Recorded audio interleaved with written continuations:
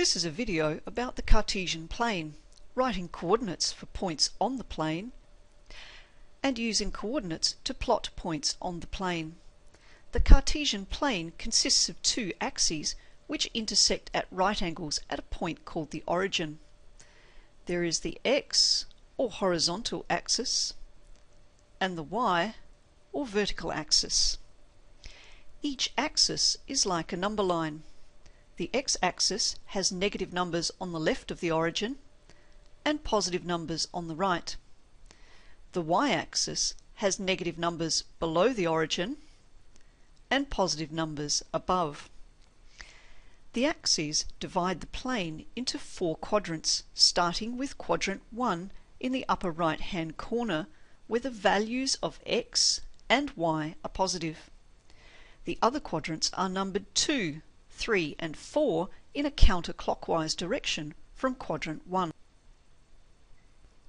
The position of any point on the plane can be described by its coordinates. For example, point P. To write the coordinates for point P, its position in relation to the x and y axis must be determined.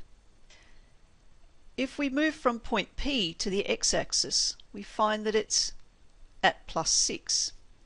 If we move from point P to the y-axis, we find that it's across from +4.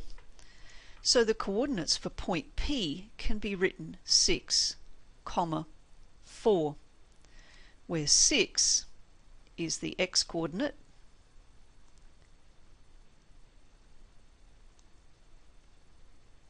and 4 is the y-coordinate.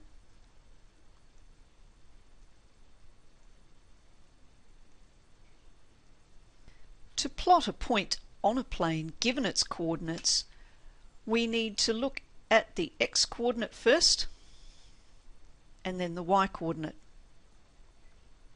In this case, for point Q, the x-coordinate is -7 and the y-coordinate is +3. Firstly, starting at the origin, we move from 0 to -7. Then for the y-coordinate, which is +3, we move up +3. And then we find point Q, plot it and label it.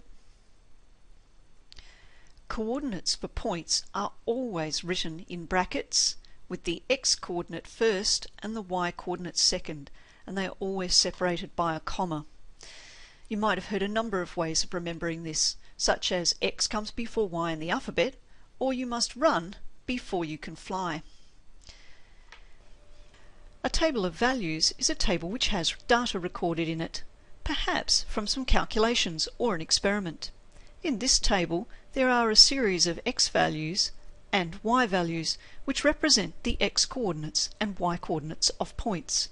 For example, the first x value -3 and the corresponding y value -9 represent the point -3, -9.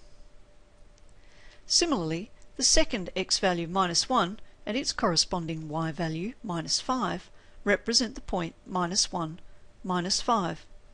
This pair represent the point 0, -3. Similarly, the last two pairs represent the point 2, 1 and 4, 5. We can plot these points on the Cartesian plane to the right. For the first point, we go across the x-axis to -3 and then down the y-axis to -9. For the second point, we go along the x-axis to -1 and then down the y-axis to -5. For the next point, the x value is 0 and the y value is -3.